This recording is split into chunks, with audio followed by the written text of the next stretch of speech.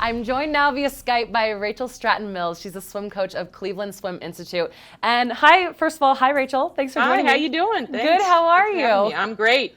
Good. Okay, so I know that you coached Lia Neal through 2012, and Lia swam in her second Olympics in 2016. She has a silver medal.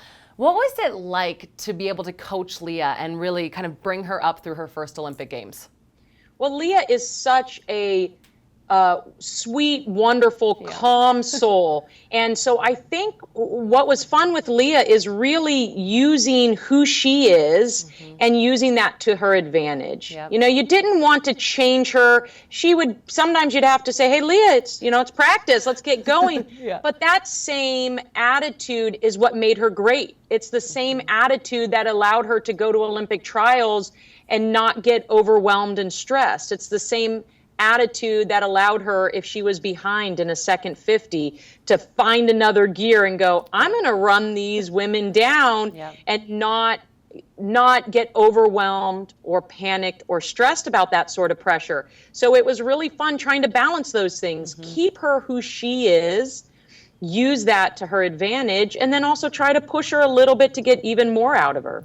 I love that. That's so true. Rather than having to fit her into the Olympic mold, just, play on her strengths. And you're exactly right. Leah is somebody who I've been fortunate to know for a while as well. And just the vibrance and the passion that she brings to the pool deck is so electric. But I know that you're bound to have some funny Leah stories. What do you have for us?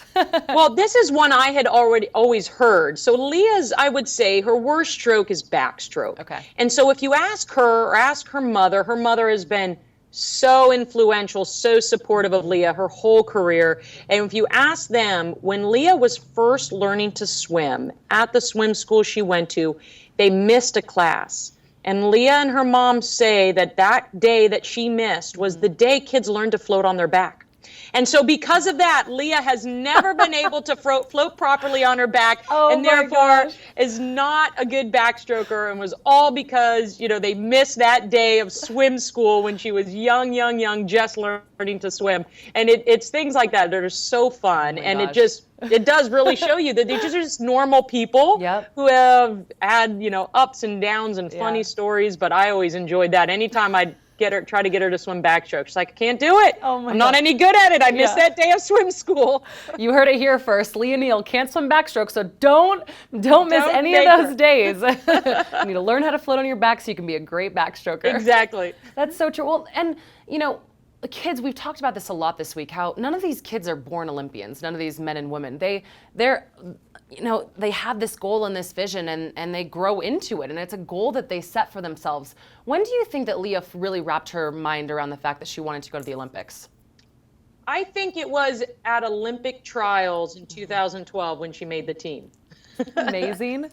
I think they had discussed it, and it was something they wanted to do. Yeah. But I think she didn't absolutely believe it until she made the team. And I think that is really important. You want to get up there and have belief in yourself. Yeah. But having that hunger is really important. And I'm having fun watching the Olympics and knowing how some of these kids, they're not kids anymore, how some of these adults winning medals, what their stories have been. I remember Maya Dorado visiting my team when I coached in Santa Monica when she was a little kid for a week because they were on vacation. They were a lot of good swimmers, but there's something just watching them come up and like you said, just always going towards that goal.